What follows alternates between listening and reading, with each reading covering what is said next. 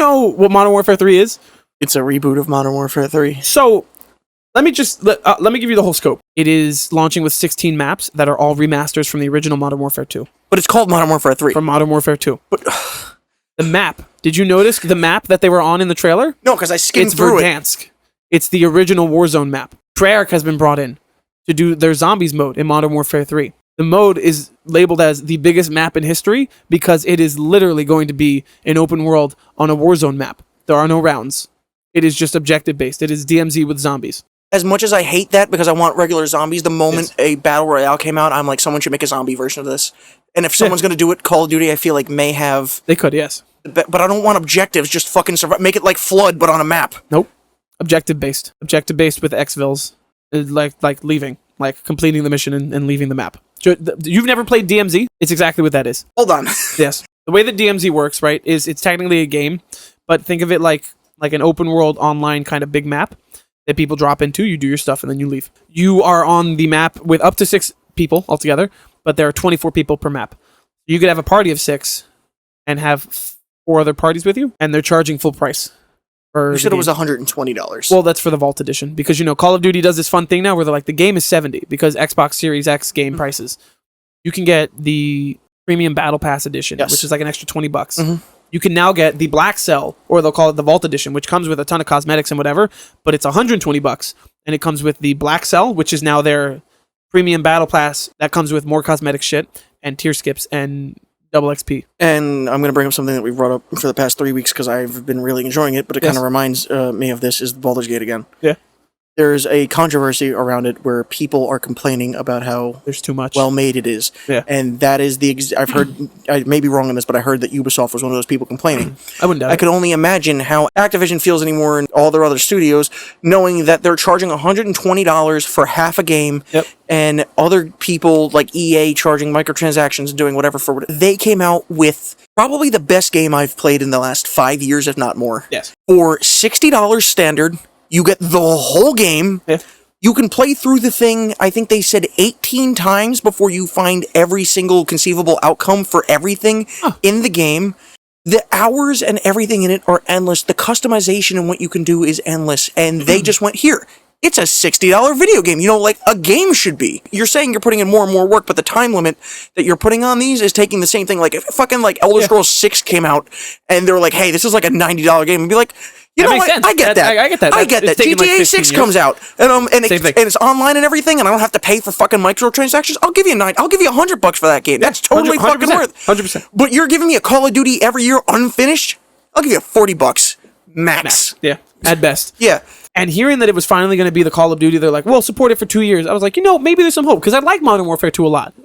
Link in the bio for our previous review. This is sad. This is actually ridiculous, because I've also heard that this is like the tail end or the bookend to Activision's control over Call of Duty. That was a question I actually had for you. What is it?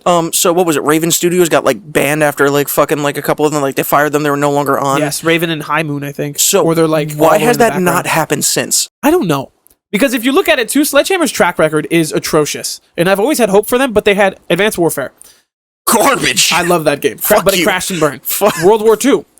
Crashed and burned. I like the prop hunt. Player base fell off immensely. Yeah. Vanguard.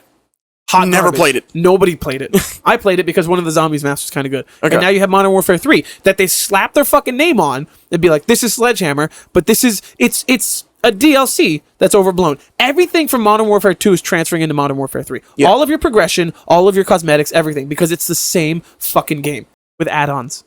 So here's the real question. What? Is this the beginning of the end? No. I don't think so. Do you think Call of Duty will be like The Simpsons and go on forever?